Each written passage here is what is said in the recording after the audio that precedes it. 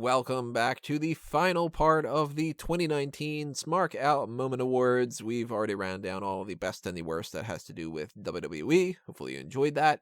And we are going to end this off with the way that we've been doing this past bunch of years. Maybe we've done 10 of these. It's been largely the same quite a bit here throughout the whole thing. The best and the worst of us, essentially. Smark Talk and Smark Out Moment. So this is your option to do things like the fan feedback survey and the option to vote on your favorite and least favorite segment of the year and some other kind of things that we're going to break down in some other different kind of capacities. I'm going to keep the polls open. Right now, we are recording this at 5:20 p.m. on the 22nd, and you're not even going to be able to hear this podcast until it gets uploaded, of course, because it's not going to get uploaded until probably Christmas. But maybe things will change. Maybe they won't. I think I'm just going to keep it open just to get more tracking of some kind of fan feedback and stuff like that, and just get more and more responses, because we're still getting more throughout every day. And the point of this whole thing is to know what you want us to change and everything. But at least as far as now, this is where the votes will count for what we're constituting the best and the worst. So this is a little bit different in the sense that we're not going, hey, my favorite of this, my favorite of that, this kind of thing, that kind of thing. But let's talk about the best and the worst segments of the year. Our favorites, our least favorites, that kind of thing. I usually pick some of the same things each time around. One of my options that I had picked for the worst segment of the year is one that I always pick, which is the TV ratings, because I don't like doing them. It's simple enough as that. I'm not a big fan of them. It's just kind of a pain in the butt. I have to, I get the ratings thing and I put the little information in, I copy and paste a template, and I move on. It's not a whole lot of work, but at the same time, it's just an extra couple minutes out of my day, and I just don't really like them. I don't think that they're entertaining. I don't think that they're interesting, because they don't change too often. It's usually just like, I'll, talk about the template that I have written up. I have for Raw and SmackDown that they have 2-point blank, as far as like the million viewer type of thing. So I just changed the blank to something, because it's 2.253 or 2.409 or whatever. Just not a fan of the TV ratings. I also had voted for Wednesday Night War. I do not like doing that. I started it this year, and I find it just an extra thing to do on Wednesday nights, and I don't think that I'm doing it anymore. Maybe I'll be able to get somebody else to do it. I don't know if anybody else will volunteer as part of the website to be able to do Wednesday Night War, but comparing NXT and Dynamite is not as fun as I thought it would be. So I'm not a big fan of that.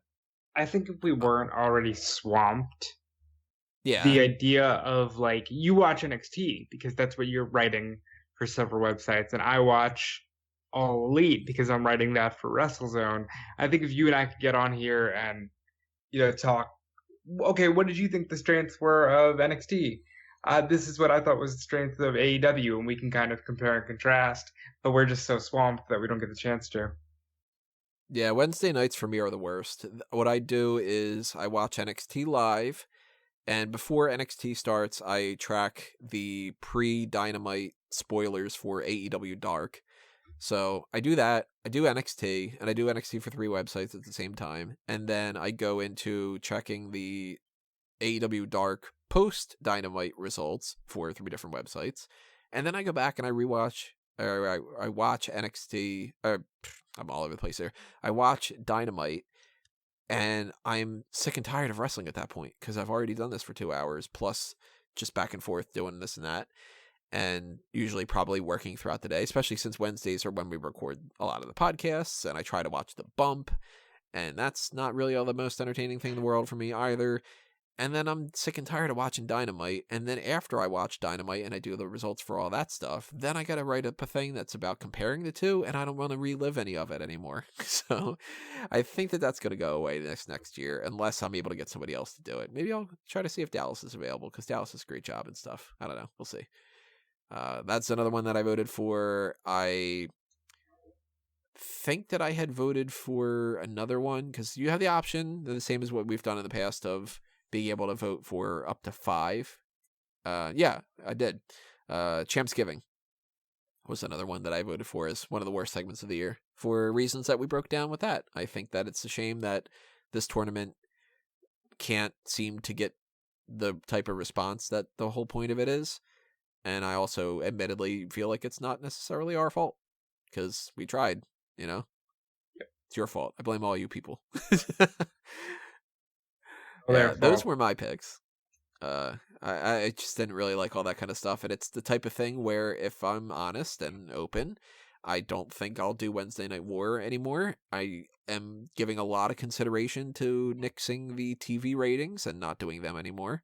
And I don't think that there's a chance that we don't skip Champsgiving next year either. We have a whole year to figure that out, so I might change my mind a little bit closer to November. I think that would be a mistake to not do the ratings because I'm sure that gets you a lot of traffic. Nah, not really. Really? The amount of work, I guess it's probably worth it, but at the same time, I'm just not a big fan. And it might just be one of those things where I cut it just to give myself a little bit of extra time. But relatively speaking, if I'm going to cut one of these, it would be the Wednesday Night War, and then it would be the Champsgiving tournament, and then it would be the ratings. But those are the ones that I picked for the worst. Now, I'll of course tell you what's winning on the polls later after we break down our own. But what about you guys? What are some of your least favorite segments of the year? I also picked Champsgiving. I think it ended up sucking when it could have been a really fun idea. It just did not go the way we expected. I picked the drinking game. I think a lot of people perpetually pick the drinking game, even though you didn't do anything with it this year in particular. I voted for TV coverage because I'm your friend and I'm tired of seeing you work so hard. But yeah, just stuff like that. Admittedly, I didn't like Battle of the Brands, but that's not a slight on anybody who was covering Battle of the Brands. I think Raw and SmackDown were largely the same thing for the majority of this year. So I didn't care for that. And that's about it. From my side of things, I voted against the drinking game rules because as a non-drinker, it doesn't apply to me. And I just don't get any value out of it, so I would make it one of my worst ones. I also went for the TV ratings because basically everyone just tweets them out as soon as they're released anyway, so it's not really something that I'll just go on to the website to find out any sort of information regarding that. It's pretty out in the open pretty quickly.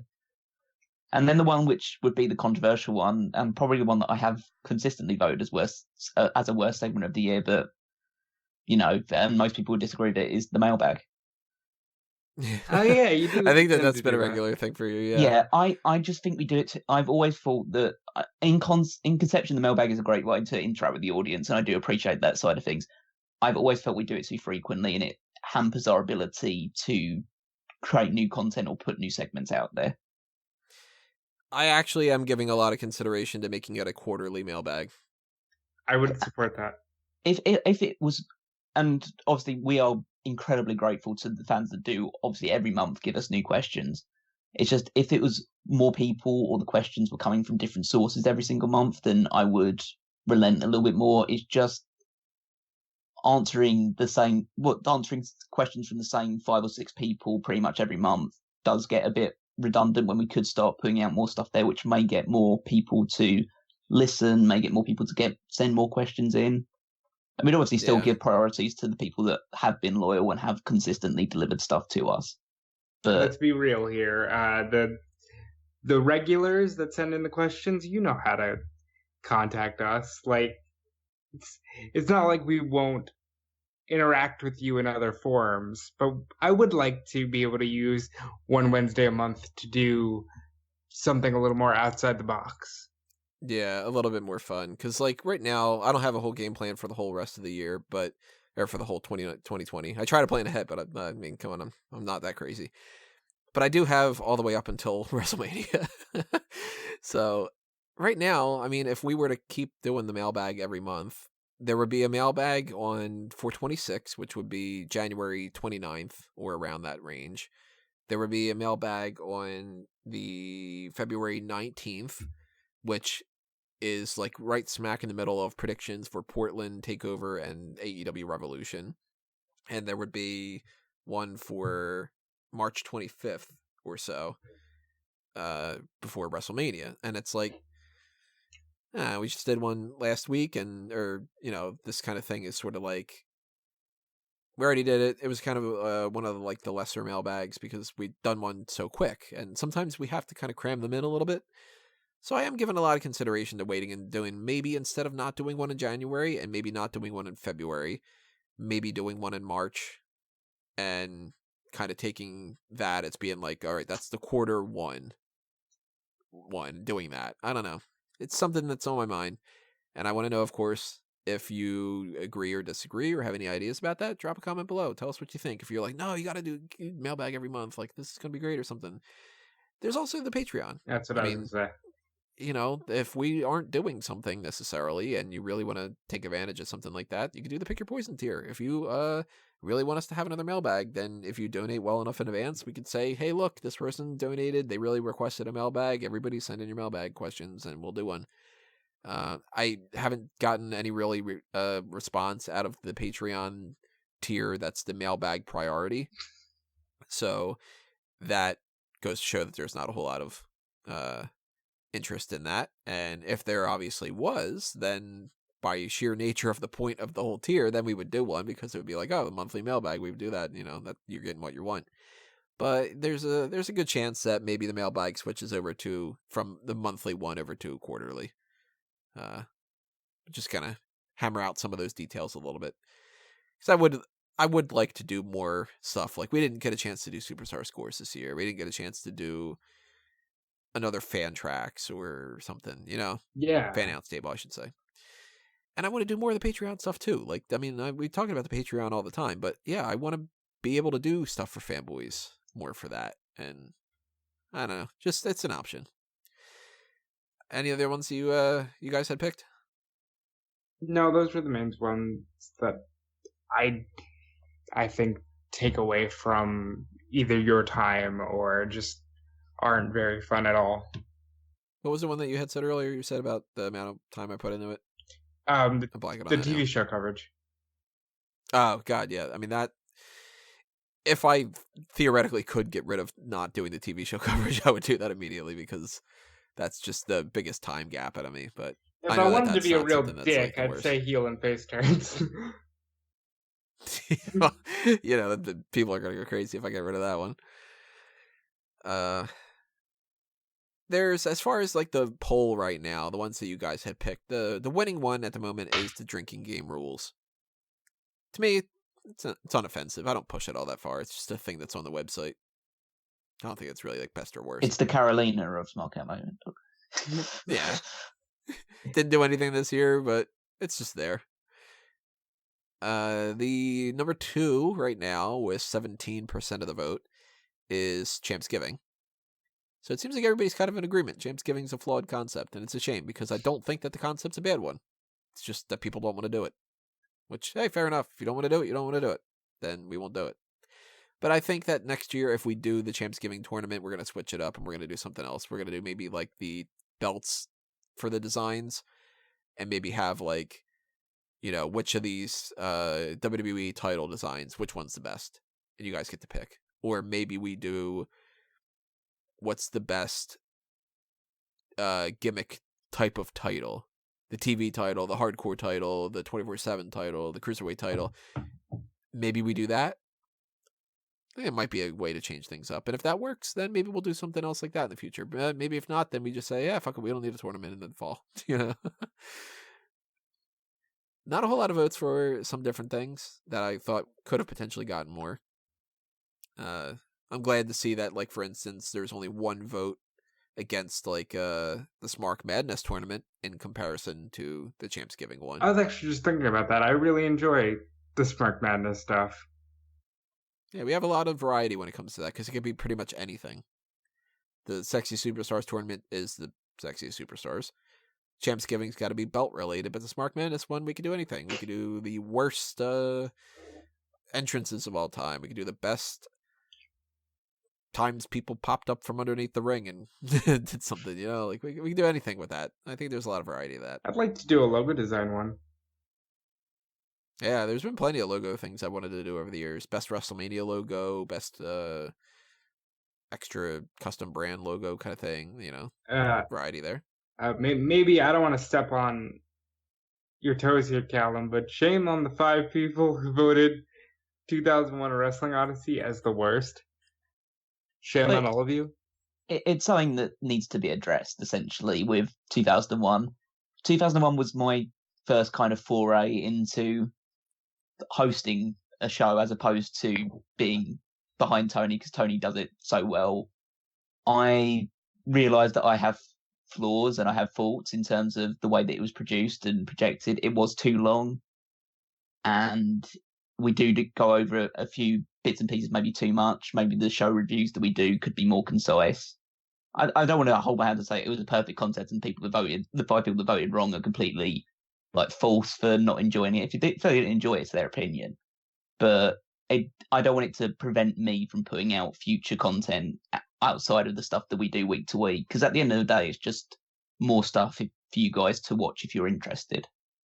Yeah, and right now at the moment, out of the votes, 5 people voted against it, but 30 people didn't. So you look at it that way. Yeah, you know. Yeah, it's nothing that's going to like knock me too much, because I do have other ideas for other. You'll be at least people who didn't like it will be safe to know that it is ending.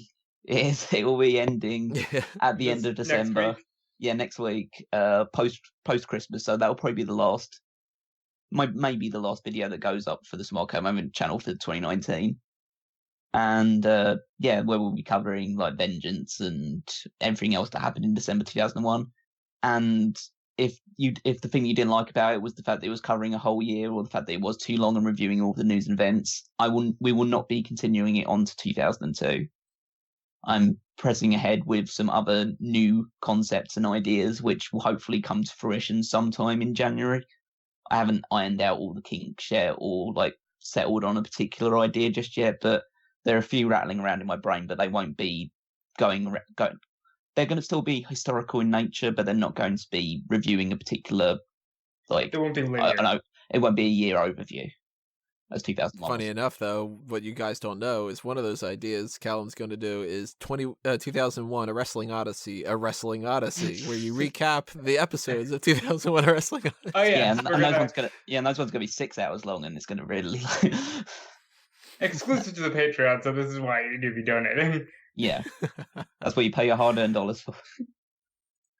Forgo. Okay, so this time in March of 2001, we were talking about this thing, and we talked about this, and we talked about that. What do you think about the thing that we talked about? No, I think we were talking about that. I'd also probably say that part of the reason why, and maybe I'm completely incorrect with this, so people in the comments can leave their thoughts below. If the 5 people that didn't like it can obviously give their reasons or whatever, but it might be slightly due to the fact that Tony was not on most of the episodes of 2001. And Tony, I wasn't on any of them but one. Yeah, I think, right? Yeah, so Tony's kind of the anchor of the entire like podcast. So maybe him not being on it, maybe there are people that just watch because they like Tony, and that's totally fine because Tony's a nice guy to like. But so they just didn't get on board with just me and Rob doing the entire thing. But Tony's very busy as it is, and if we've got some spare time, we want to keep putting stuff on the channel without having to bother his limited free time. And shout out to Callum. I mean, I wouldn't have let Callum and Rob do this if I didn't think that it was worth it and that they don't do a great job. So the reason why is because they do a great job, and because I did think that it was a good concept and all that. So this wasn't anywhere close to anything that I would have ever given a thought to voting a negative for. And I want that to continue, and whatever ideas that these guys got, I'm totally going to be supporting. So if you did not like it, then it's the same as anything else. You don't have to watch it.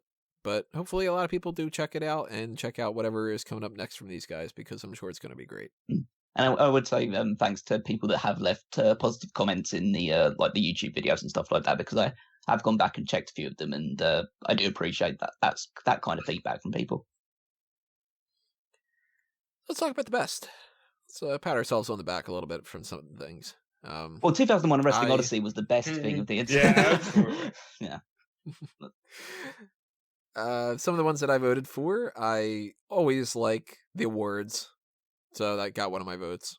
It's just one of those things that, like, it's a bitch to do. It's a lot of work, a lot of recording hours, a lot of like keeping track of things throughout the year. Because think about it, every time we see something like a guy hands a message to Braun Strowman backstage saying you got a car backstage. Okay, well, you know what? That's an ancillary character of the year. Let me hop on my page. Let me go on my notes for the other characters of the year and add them in there. You know, every time that some guy hands Alexa Bliss a thing of coffee, same kind of thing. Fake Big E, let me add that into the list. Let me start writing down options for the match of the year. Like, it's a real pain in the butt, but I think it's worth it. Because I think that it's different that we do the best and the worst. I don't think any other website or any other magazine or podcast or anything actually goes through the effort of doing that. And I think we're the most thorough and best when it comes to an awards type thing like that. So that gets a positive for me. I'm a big fan of doing the mailbag when we've got a really good mailbag. So that's really fun. I love being able to talk about things that aren't just wrestling because it drives me crazy how much wrestling we do. So that's something that I would miss out on if we didn't do it monthly, but at the same time, if we start getting into more fun wrestling stuff, then that's fun too. You know, why not? One of my main votes was for Mount Rushmore. Mount Rushmore. Big fan of Mount Rushmore. It's my favorite thing we do.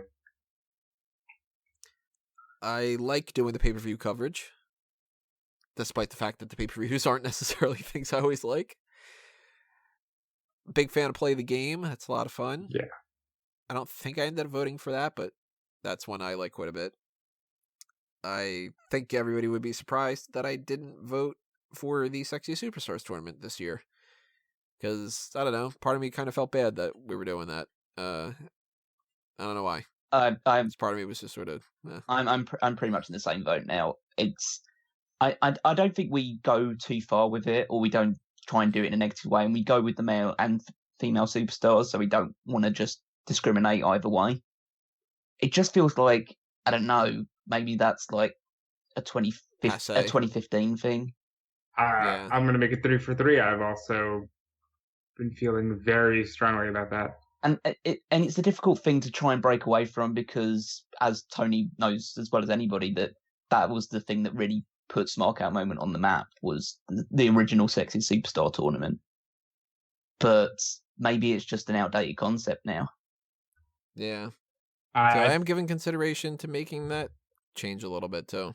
We can do a different summer tournament. The only thing I would miss from the Sexy Superstars tournament is the fun back and forth between me and Callum about Drew McIntyre and Caroline's food references.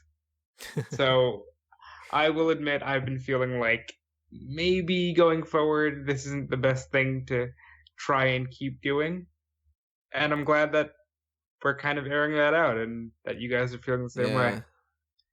My thought process was maybe next year we do the same thing that we've done with Smart Madness. Maybe the thing carries on throughout the website for the people that are really into it, and maybe at the end of it we do a recap instead of doing weekly podcasts, because it's also a lot of work for the podcast too. Like, I know that it seems kind of ridiculous and a lot of people are like, oh, just do it, you know, whatever, but it's like setting up the templates takes a long time. You know, I got to make the graphics for every single person, and then depending on who moves on, every single person that, you know, I gotta, all right, put that graphic in there for 2 different spots for both the male and the female side of things. So you figure it's 32 and 32, so that's 64 different graphics multiplied by 2 then. So 128 different graphics just for the copy and paste of the graphic thing alone. Make sure I get it in the right spot, make sure I balance out all the equations correctly and all the voting and stuff. And then it's making the thumbnails, and it's editing the videos and recording the audio and doing all that kind of stuff. And that's a whole extra hour something podcast each week through those weeks. It's a lot of work.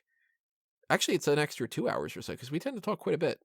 I mean, that's the male and the female. So it's like, it's basically like doing 3 times as much work during those weeks. And maybe the way to get around that is maybe this year, maybe we don't do weekly podcasts about the Sexy Superstars tournament. Maybe we just chime in on the comments below about some thoughts on something. And maybe we address things very quickly on the hot tags or something, and just go like, hey, by the way, this week, like, you know, Sexy Superstars tournament, and you guys voted for this person. What the hell? You're totally wrong about that. Because I feel like we also kind of hit the same mark a lot of the time too. Like, by now we've done it enough times that a lot of the same people, you know, for instance, we we make fun of some of the same people the same way. We talk about the same people a lot of the same ways. Like Alexa Bliss always gets a whole lot of positives. We never say too much positive about Tamina. Some of it's just coming off just like mean. So I don't know. Of course, it's something that a lot of people love. It's one of the higher ranked ones on the poll itself. So it's not going to go away. I feel like maybe the podcasts go away a little bit or something. I feel like this is a good way to say it. Even though we know that we're not coming from a bad place, we at least have the knowledge of it's not the best representation of us, maybe, and maybe we should just cut it out. And at the very least, it'll be on the website for people to vote for. And at least one of us has a track record at Frightful that he probably wants to keep hold of for the. yeah, you know, don't want to lose it. Essentially, you know, there the is that. There is that. Yeah, it's just I don't know. It's something that I think maybe we've outgrown. We've matured. Let's be real. You guys had your chance. You didn't vote for Drew McIntyre. You don't deserve Star Story. The fact that Alexa Bliss didn't win 3 years in a row, there you go. That's a negative too. Yeah, so it's your fault, not us. Yeah. And let's just be honest about another thing. The fact that I mentioned that it's a whole lot of work. I mean, I'm working my ass off this year. To work this hard for a very vanity-driven tournament. Yeah, this year I really thought that the week around WrestleMania was going to be the worst out of the year, and that week continued the whole rest of the year.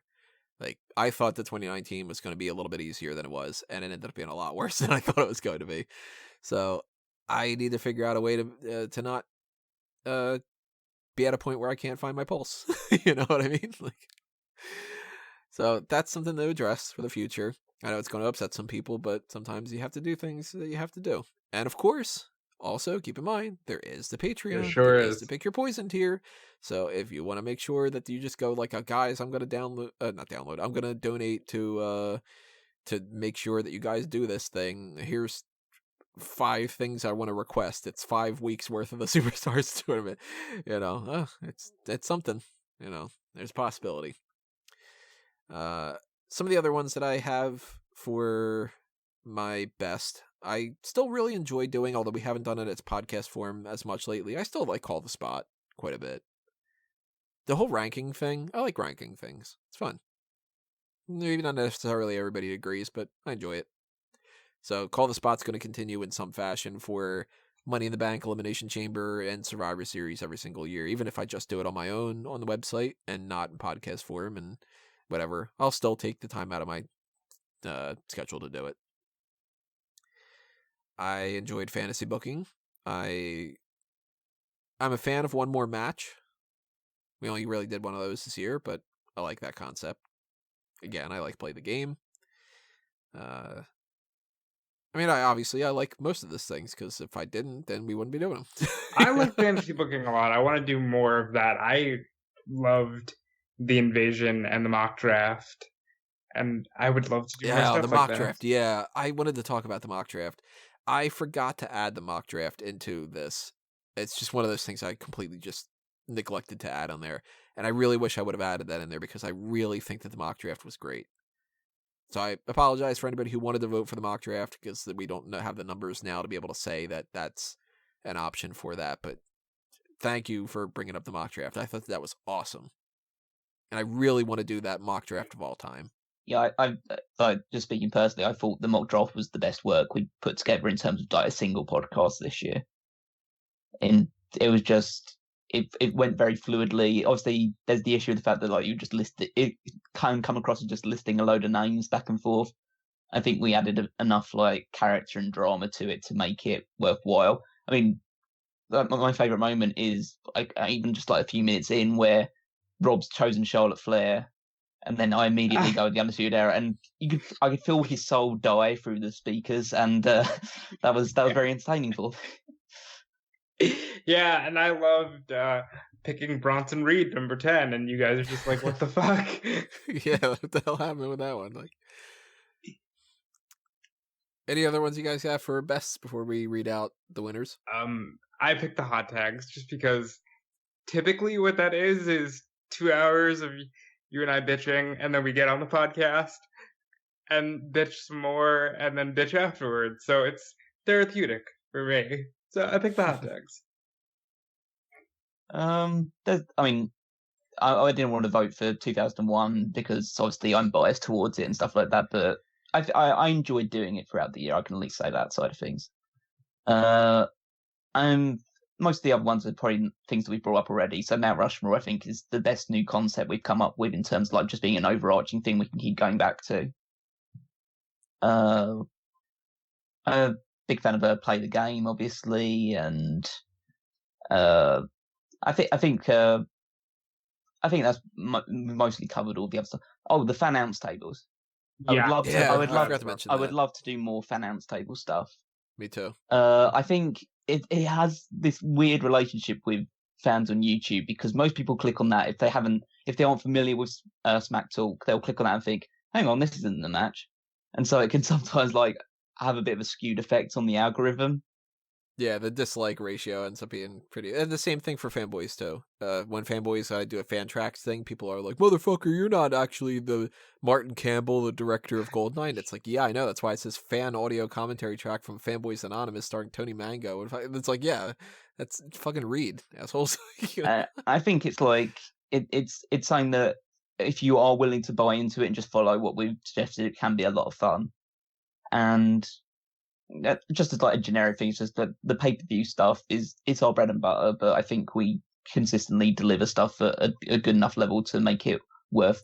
I think we go more in depth, which can be a positive and can be a negative. It's like it takes more time, but I think we go into detail a bit more and analyze things to a much greater degree than a lot of other podcasts do.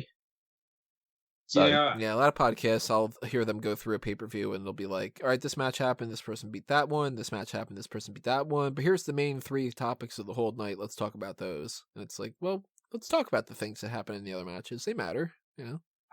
The one thing I do want to say is, on the road to the Rumble, I really hope we get a fan announce table in there. Of what necessarily? Of like any Royal Rumble match, because those are just... a blast to go back and watch. Currently on the schedule, unless things get all crazy, we will potentially do a fan announce table on January 15th for 1990, 2000, or 2010, unless any other suggestions end up taking priority or something, or they end up putting some kind of weird gimmick a part of it that we end up going like, oh, we know they did this gimmick before, let's backtrack on that. But going back in time, with the different decades, 90, 2000, and 2010 are some options, so it'll be fun. I always love doing those. Those are a lot of fun. Right now, at the very least, as far as the voting goes, there is a tie for the best. Because there is Battle of the Brands, actually, is tied for best, along with the pay-per-view predictions.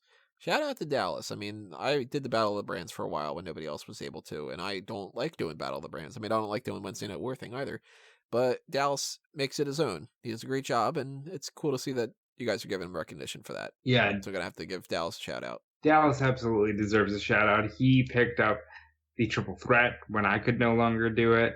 He picked up the Women's Wrestling Weekly when Gabby could no longer do it. So he deserves a lot of credit. He's doing great work on the editorial side of things. Yeah, if you get the time and you're reading those articles, or if you're a fan of his work on either any of those kind of things or something like that, leave a comment. I'm sure he's going to really appreciate that. And the pay-per-view predictions, I mean, of course, that ends up being, like, that's the main thing that people are clicking on and stuff, where it's the most clicky kind of thing that's out there. Same thing with the pay-per-view post shows, that's up high. Current and future champions list is pretty high. Kind of a little bit interested about that. And funny enough, Champs Giving Tournament is somewhere around like the top sort of range. I don't know why, but it's actually tied with the Sexy Superstars tournament. So some people really like that, even the fact that they don't want to go and follow the rules with the whole thing. I think people just like what do you like about it? Maybe, but the Smark Madness tournament only has 2 votes. So there's a disparity there. Maybe that was the one that is like the earliest one in the year, so it's easier to forget by the time the end of the year goes around. Yeah, that's true. But I think I I kind of like the fact that obviously Smark Out Moment has great editorials and obviously the podcast as well, but it's also this weird encyclopedia of professional wrestling where if you want to find out where you can find all the facts about the superstars and who's currently holding championships and who we think will be the next champions and who's a heel and who's a babyface, that sort of thing. There's stuff that other websites just don't really pick up on. Royal Rumble stats and records. I mean, that page is something that people link to all the time because they should, especially like Wikipedia, a bunch of different things that are on there because I bother to go through the effort to do it. So I think that's interesting. Yeah, I like doing that kind of stuff to a certain extent. I hate it when it's like, I know people absolutely love the heel and face turn thing, and people are like, they get on my case all the time about like, well, does this thing constitute as a heel or face turn? Or like, oh my God, make an index list of that and update it every single morning or something. But I appreciate the support. But like, yeah, I wish we could even do more of that stuff. That's one of the reasons why I put the claim to fame on the site this year, because it's like, it's not really like a thing other than a personal opinion, but that's something else to kind of keep track of and edit here and there. That's been one of my favorite running gags of the year. As soon as anybody slightly remotely turns, I obnoxiously message him, turn, change it now. They're a heel. So that could change. I mean, maybe there's more best and worst people vote if I keep this poll up. By the time you guys are listening to this, I think you're able to see the results. I think I have it to where people can view that. I don't know. Maybe if they don't, then I'll change it if not the case. But at least as far as the 22nd, that's your picks for the best and the worst. So who do you pick for the best co-host of the year? At least right now, we've got kind of almost an even split, funny enough. It's there's like the lowest ranked is 18.4% of the vote. Then there's 21.1, 28.9, and 31.6. So it's not like there's any kind of big blowouts. It's everybody's sharing the pie. Yeah, everybody's sharing the pie, but you're not saying the glaring issue here. The person who's sharing the second biggest piece of the pie, I don't even know if they were on a show this year. That person is Drew. And Drew was a part of something this year because I wrote him down. But I honestly don't remember what. Maybe? So, he must have been a part of some kind of post show or something. Maybe a takeover or maybe something or whatever. I honestly don't remember. Drew, if you're listening, what the hell did you do this year? I don't remember. But I did this the same way that I did it the last bunch of years, where it was like you vote on ranking the best and the worst and stuff because it's a little bit more efficient. We only have 4 people on this list, so let's just have who you pick for the best and stuff. So, in last place at the moment, with 18.4% of the vote, is Callum. What the hell? Then again, I like everybody, so it's like, what the hell for anybody? But yeah, I like everyone. I don't want to obviously talk about people. It's not like it's not disheartening, because it is, because I have been the longest serving secondary hosts, consistently at least at this point, for a good solid while at this point. So I don't want to like bitch about it. It's like, oh, you guys, you don't deserve me. I'm gonna go to AEW, or I'm gonna go to like the. You're gonna go to what culture? Go amongst your own. Yeah. I'll join the. You're gonna join the Voices of Wrestling podcast or something like that. You're gonna start teaming with AOP. No. Maybe, yeah. It's like I'm gonna drag you bitching and screaming into 2020, whether you like it or not, just like Seth Rollins. But it's it's not the best thing, obviously, to be the last one, but there are great people that also co-host this year, and there are elements. I think a lot of it is down to the fact that, and I think probably a lot of people would have picked up on this. 2019 is almost the year that I've kind of fallen out of love, not with wrestling in general, but WWE in particular. Yeah, you're very salty this year. It's just gone to a point of like, why am I watching this? It's not even. I like being on the Smack Talk podcast because I like talking about wrestling and I like talking with Tony and Rob for the most part about everything. But why am I putting myself through something which just feels like I'm watching something that's making me stupider every time I watch? It's I feel like in 2020 I'm going to try and broaden my horizons a little bit more because I already watch New Japan and I watch AEW, and I try to watch a few other bits and pieces where I can, but it might be a point where I just try and like give myself a break from WWE for a while, just tune in for the pay-per-views and stuff like that. And hopefully that will improve my mood and make me less of a miserable person on the podcast every now and again. I will say this. So everybody of the four of us, I enjoyed doing it with all you guys. Drew is always fun. He's not around much, but he is always fun when he is. Caroline and the food references is, like I said, the one thing I would miss about the Sexy Superstars tournament. Callum is legitimately one of the most knowledgeable people I get to discuss wrestling with on a regular basis. So I enjoy doing stuff like 2001. And, we're going to do Wrestle Kingdom. Can't wait for that. That's going to be fun. But if Callum's not happy watching WWE, I agree. I think we should do more New Japan content, even AEW content. And maybe, that brings out the best in Callum. And that will reflect in what the audience hears. Yeah. More the better. Oh yeah. Just more content and stuff like that. It's good. I mean, I'm still a little annoyed at Tony that he wimped out of putting me up against him for host of the year for the. But considering the ratio of the 2001, he probably would have won that as well, as he would deserve to. Because even though 2001 has been a bit of a, not I'd say ordeal, but it takes a lot of time and research to get ready. I couldn't imagine taking on as many shows as Tony does every single year. So real shit. I was clicking around the website. The amount of effort that Tony puts into like pay-per-view stuff that isn't even announced yet. He has predicted matches and the outcomes for those predicted matches. Tony puts a lot of effort into Smark Out Moment, and the fact that he can't devote more time to it is something I would love to see change. I think that if I could, again, I've mentioned this a million times, and I'll mention it again because it sort of deserves being mentioned.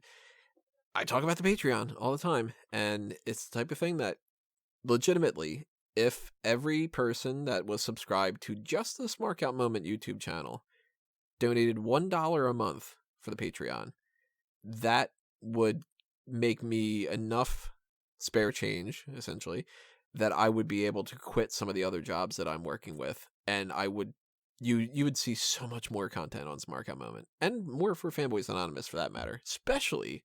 My God, if everybody who donated $1 a month did the same thing for both those channels, if it was like $2 a month if you don't you subscribe to both, good Lord, the amount of stuff on Fanboys and on Smark Out Moment, it would be crazy, and I'd be able to get a crew of people, be able to actually give them some money, which I can't do when the highest video of the year earns me a grand total of like $4. There's your answer to your Christmas bonus question, Peter. Yeah, there you go. Yeah, I put a lot of effort in all this kind of stuff. Too much that any reasonable person would say you should have given it up a long, long time ago. But I'm stubborn. And you know what? And we're grateful for that. Yeah.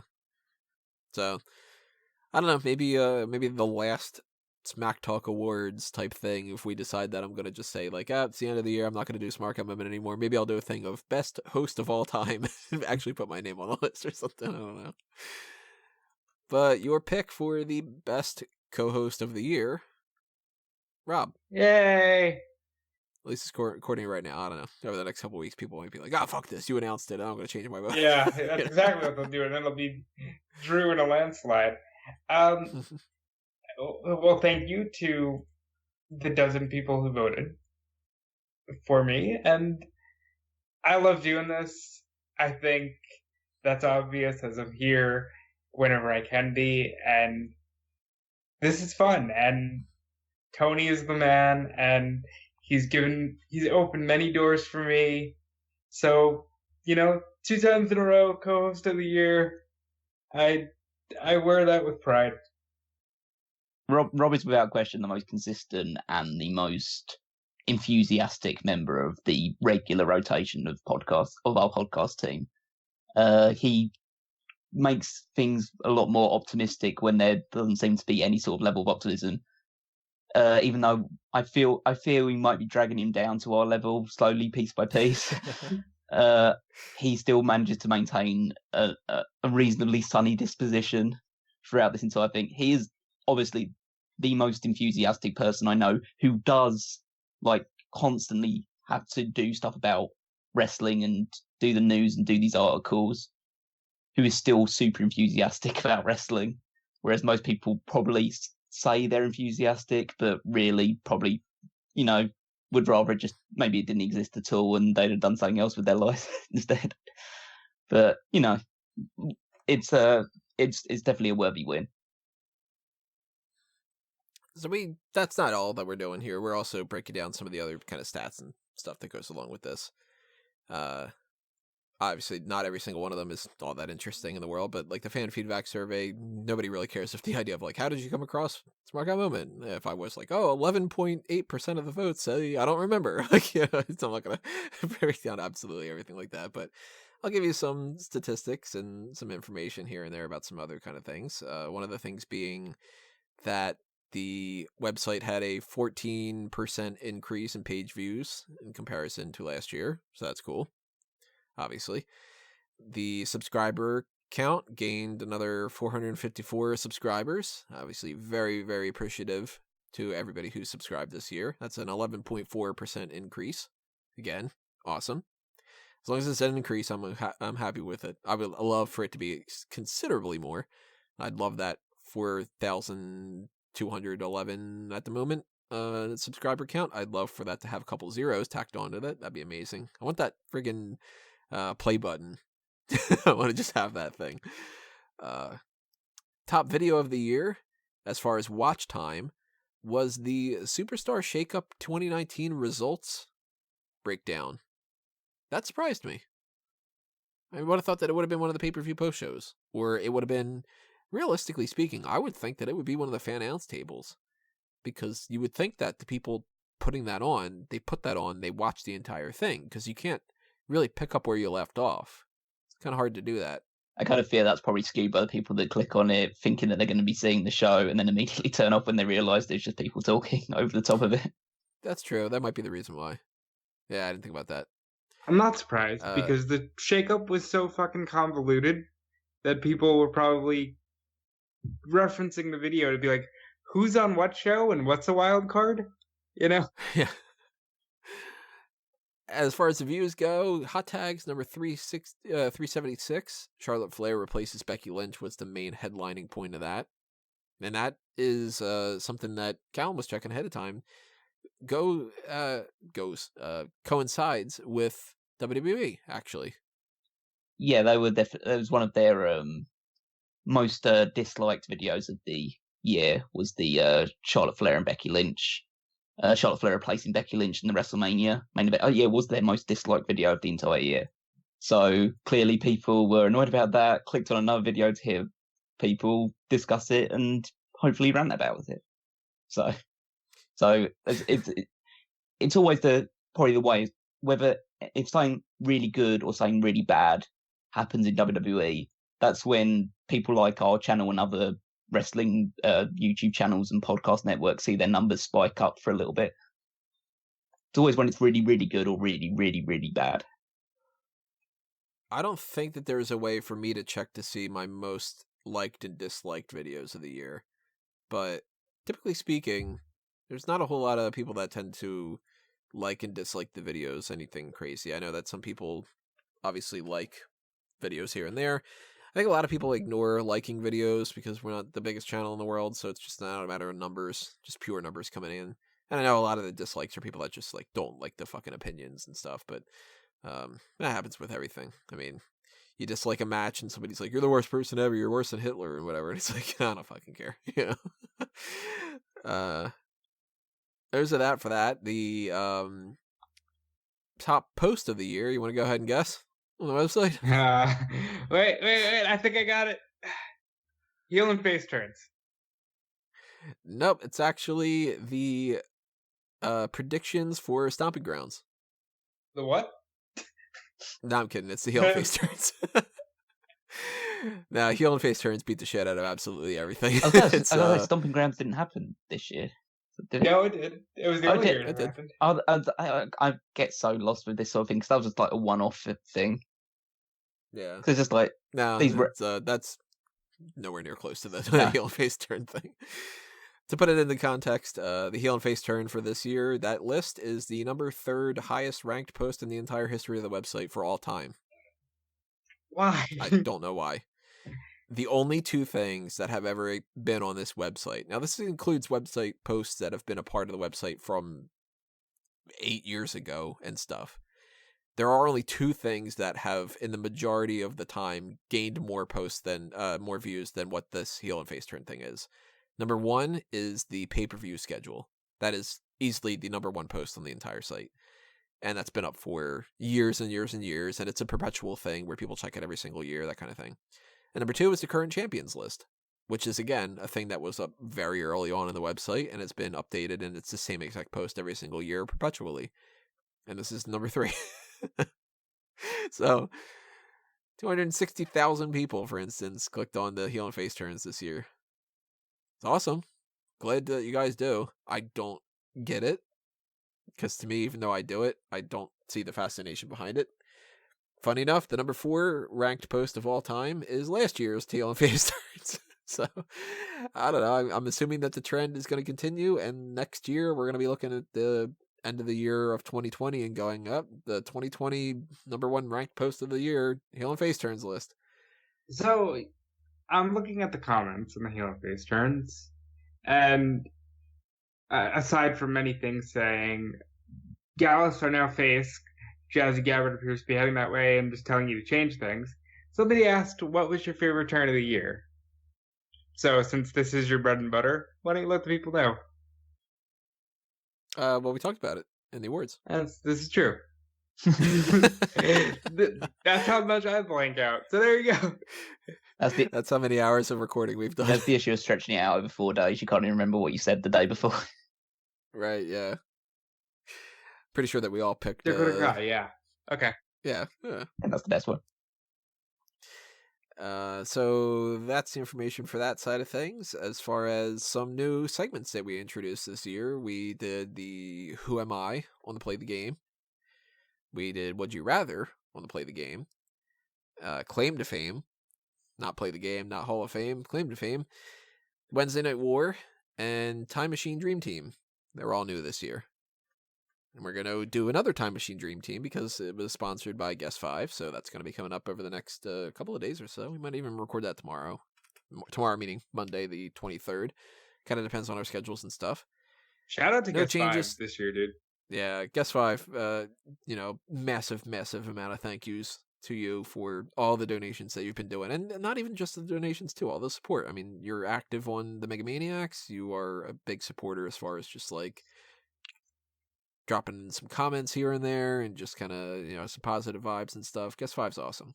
That's why he's in the Smark Out Moment Hall of Fame. Yep. And I don't know if there's anything else we need to really break down. I think that's kind of it. I mean, anything else you guys want to talk about? Santa Claus, healer face. Depends on what I get. Fair enough. Well, there's something that I don't know whether you do want to bring it up or whatever, but in terms of some of the fan feedback stuff. Oh yeah, the whole other part of this whole thing. Thank you for bringing that up. See, this is why you need to give Callum a little bit more credit when it comes to the co-host of the year. You saved an entire segment for me to go, motherfucker, I forgot about this whole thing. Well, I should be hosting. Wow. That's why I should be hosting still. But you probably should. I'm burned out. Yeah. 2020, big change happening. Callum's hosting. I'm taking a break. Well, we're down to 100 subscribers now for some reason. Let's see. There is 58% of the people, 59% essentially say that they only read the articles and they don't check out Smack Talk. Obviously, you're not listening to us right now if that's the case. But, it should be. Only 11% of the people said that they only listen to Smack Talk. So I'm thankful that you guys check out the posts on the website too.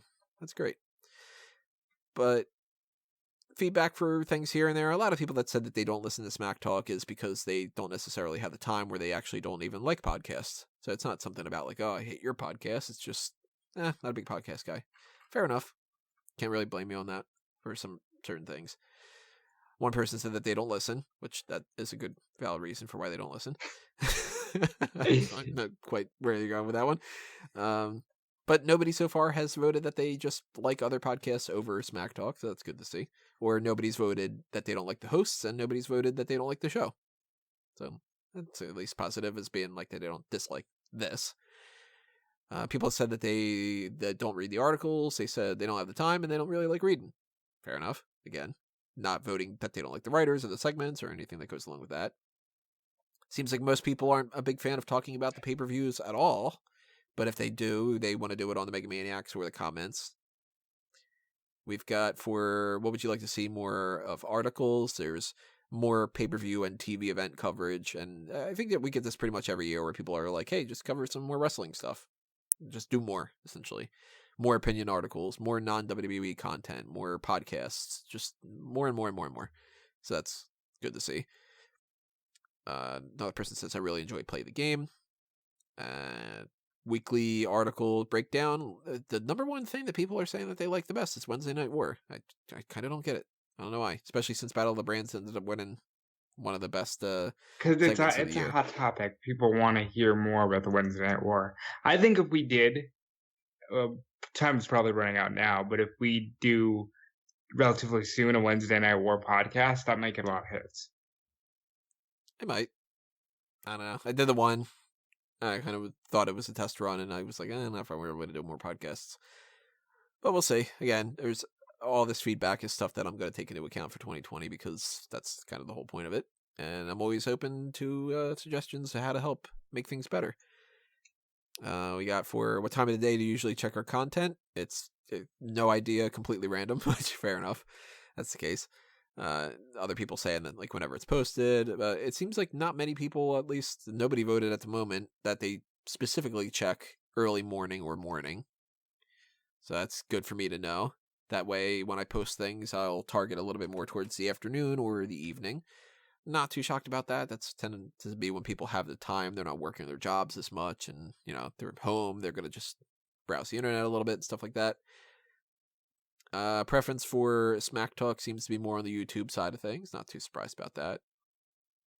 People saying it's more convenient for them and just kind of works better with not liking the other platforms and stuff. A couple of people saying that they like the images and stuff. Thank you for that.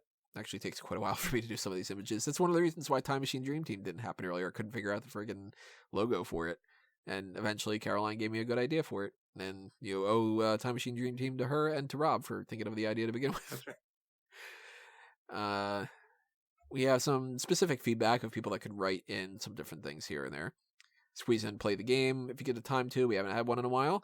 More opinions from more people, more spoiler alerts. I'm not entirely sure what you mean by that.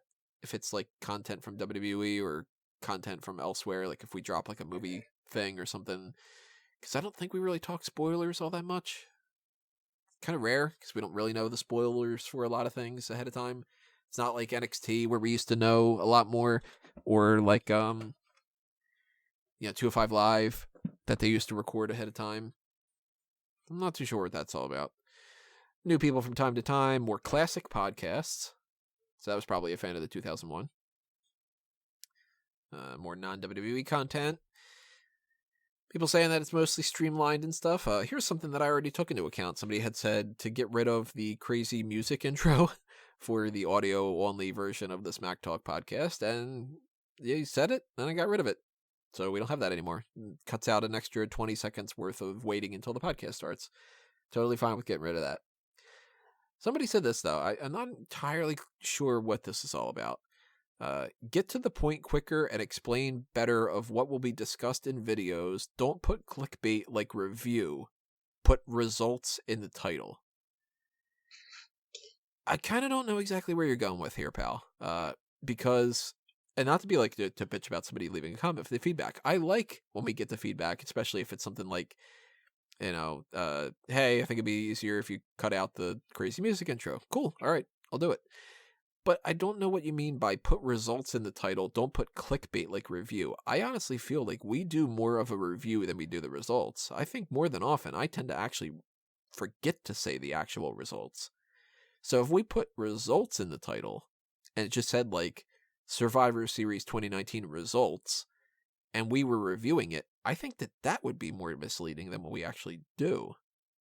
I agree. right? Yeah, I don't know kind of what they're expecting. If they're expecting us to just write the results in the title so they can just see that and click away or whatever. Maybe Because, they, they responded well to Crown Jewel sucked, fuck, or whatever you put in the title.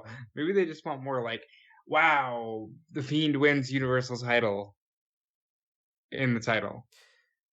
To me, that seems a little bit more clickbaity because that is very if I'm clickbait. saying like, yeah, like I kind of feel like if I put up a review of TLC and it said like Aleister Black's horrible ring gear and more with TLC review, Well, if you want that would be, if you want to see real clickbait, go subscribe to What Culture or Wrestle Talk, because essentially all their videos start with this WWE superstar said something mean on Twitter, and it's like, okay, and then they have a black silhouette of that person. That's real clickbait.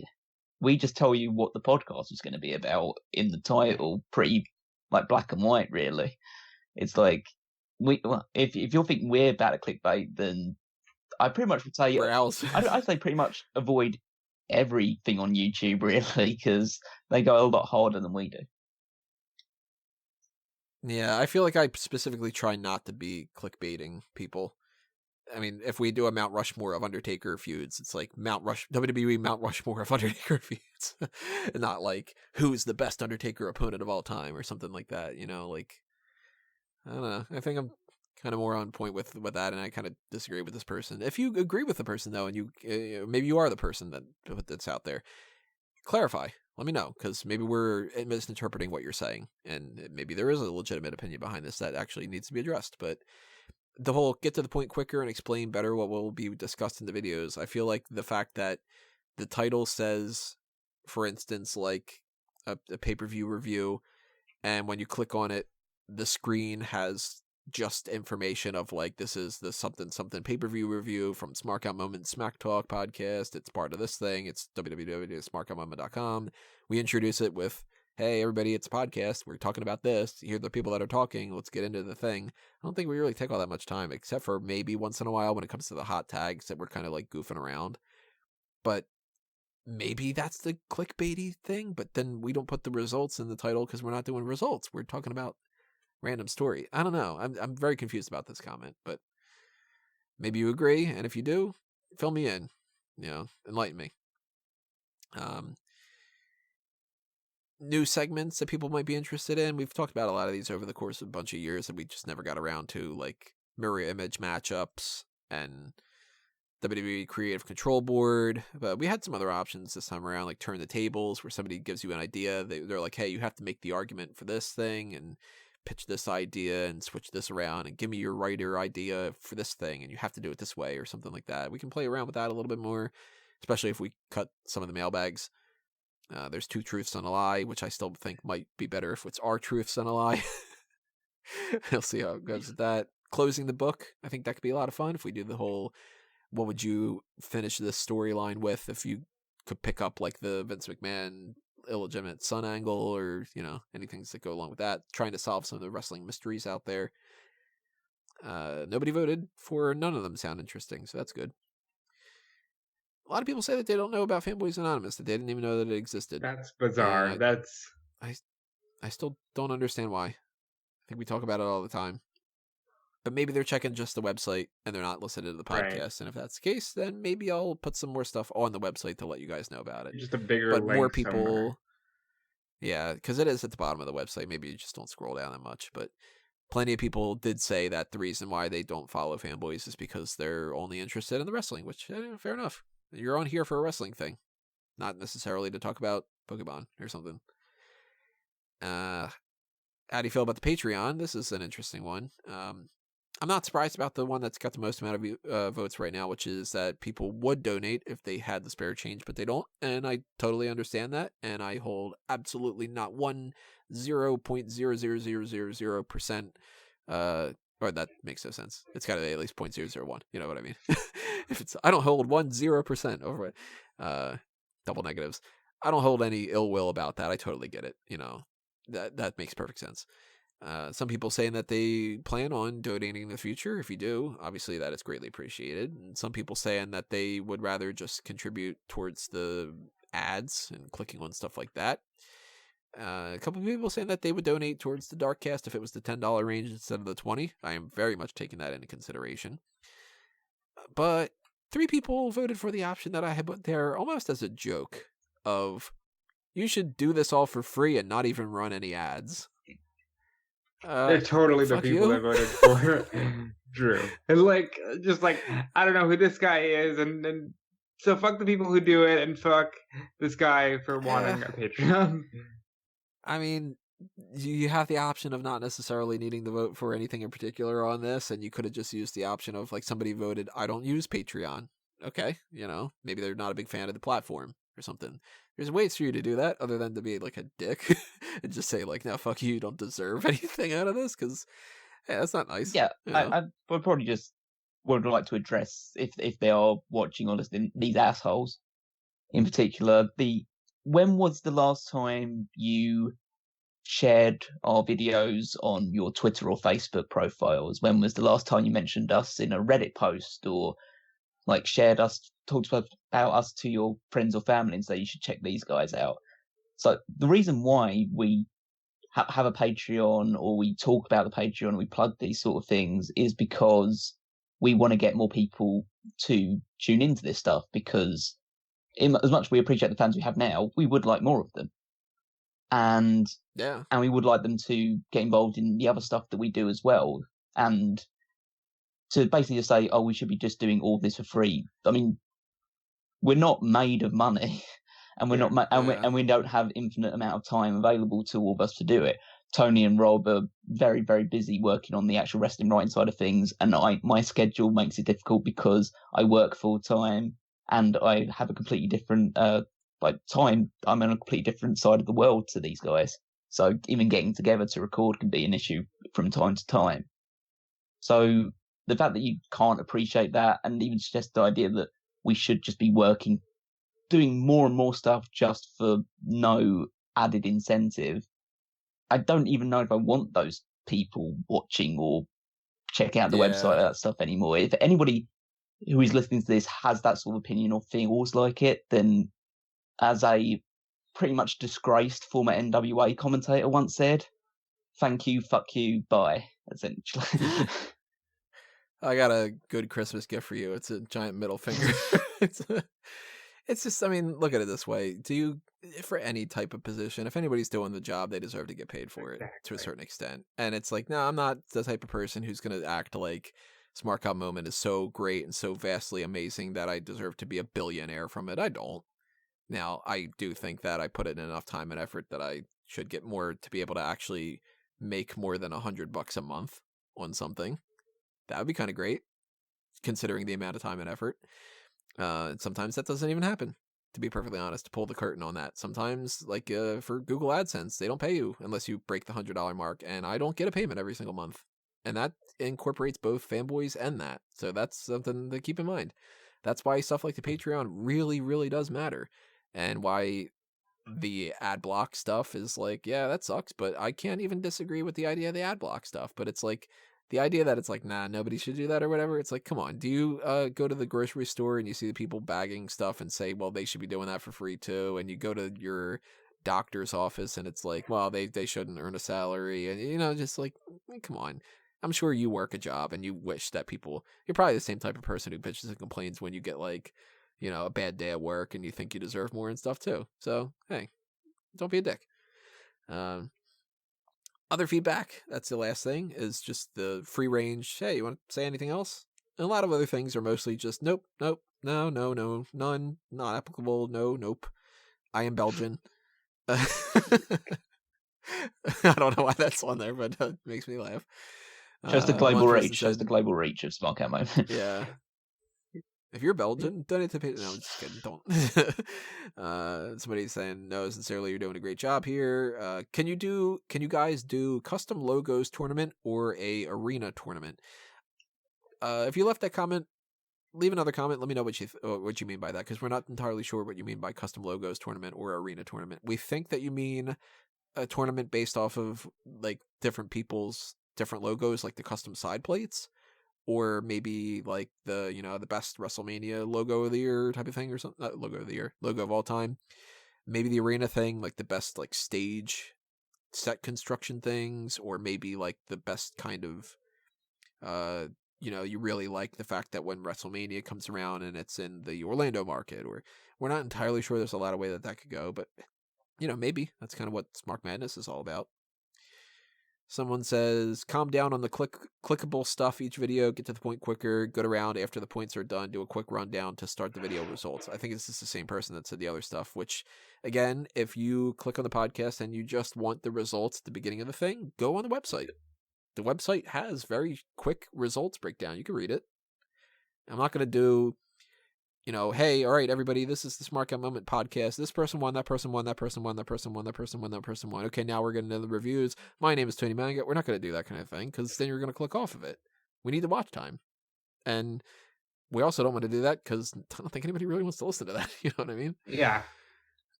I understand that some people don't like talking about the plugs, but the plugs are out there for, like Callum said, for a reason. If there's more subscribers, we don't need to hit the plugs as much. And we remind people of things because there are people that still just go, oh, I didn't know that you had a TeePublic, and I could pick up a shirt that says Smark Out Moment on it. I mean, because they don't listen to it. Yeah. We got 400 plus new subscribers this year. There are people that are new checking out our videos. Every single video probably has at least one or two new people checking them out. And so they don't know all this stuff, and that they need to be aware of this stuff, and people need to be reminded about it as well. I mean, it's not like we expect everybody to be paying us $50 a month or whatever because that would be ridiculous. But and it's not even like giving us money or anything along those lines. It's about just reinforcing the idea of getting involved in the conversation. It's a lot of our plugs are about us, like you giving us feedback and comments and joining the Megamaniacs and stuff like that. It's not telling you to pay us in any form or like spend any of your hard-earned money. It's about just getting involved and engaging with us. Realistically, that's what you want. Like I would much rather 4,000 people donate $1 a month than for one person to donate $4,000. Yep. Or something like that. Like, hell, I'll even admit the a negative when it comes to that or something like that. I'd rather 2,000 people donate $1 a month than anybody donate than 4 people donate $1,000, where I'd make double the amount of money. I'd rather it be like each more person just wanted to pitch in $1, because to me, I think that that's better for like society and stuff like that. Like, give Guest 5 a little bit of a break, kind of a thing, and the more people that like videos, the more people that leave comments, the more that boosts the value of the channel, and the more that happens, the more people subscribe, the more people that click on the ads, the less times that we need to plug that kind of stuff. So keep that in mind, everybody. We're doing it for a reason. It's not just to be annoying. More New Japan content. Again, these guys are going to be doing Wrestle Kingdom. Stay tuned for that. More surveys. I'm assuming it's like the fan feedback stuff, which I don't know how many more surveys we can really do, but if I can think of more, I'll put it out there. And you could always just send an email. There's the contact form. There's feedback on there. Just click the feedback option, and if you go and you don't want to leave a public comment on a YouTube channel or a comment on the page on smarkoutmoment.com or something like that, send an email. I read them. I read every single one of those emails, even the ones that say things like, how come you didn't bring WWE to Tulsa? And I'm like, because I'm not Vince. I love those. How come you didn't change Raw to pink? Yeah, I don't know why I got multiple of those.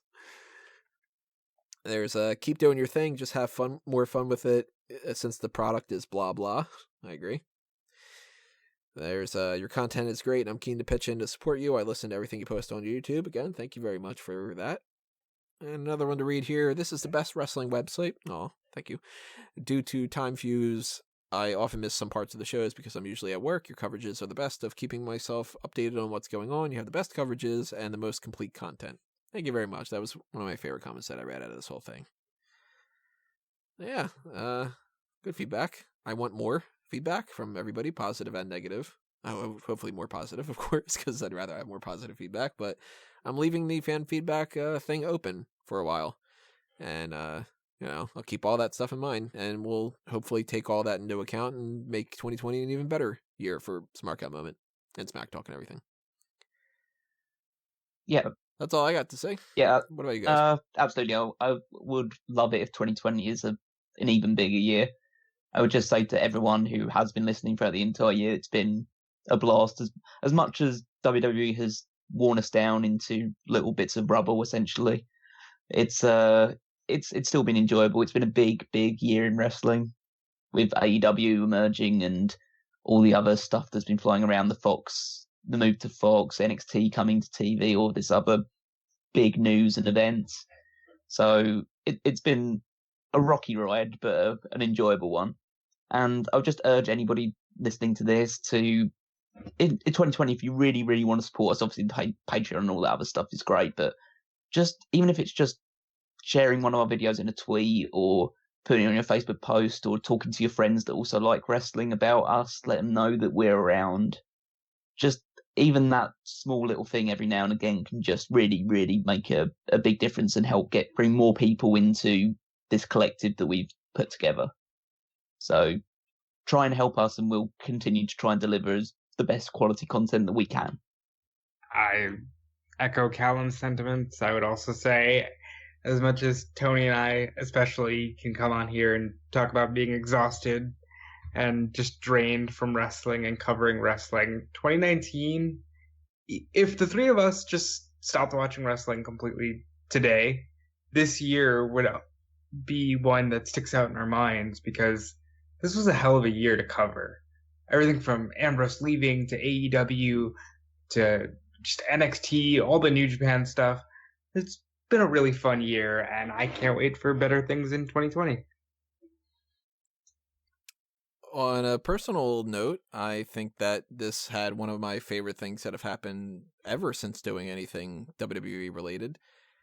That was like a great moment for me.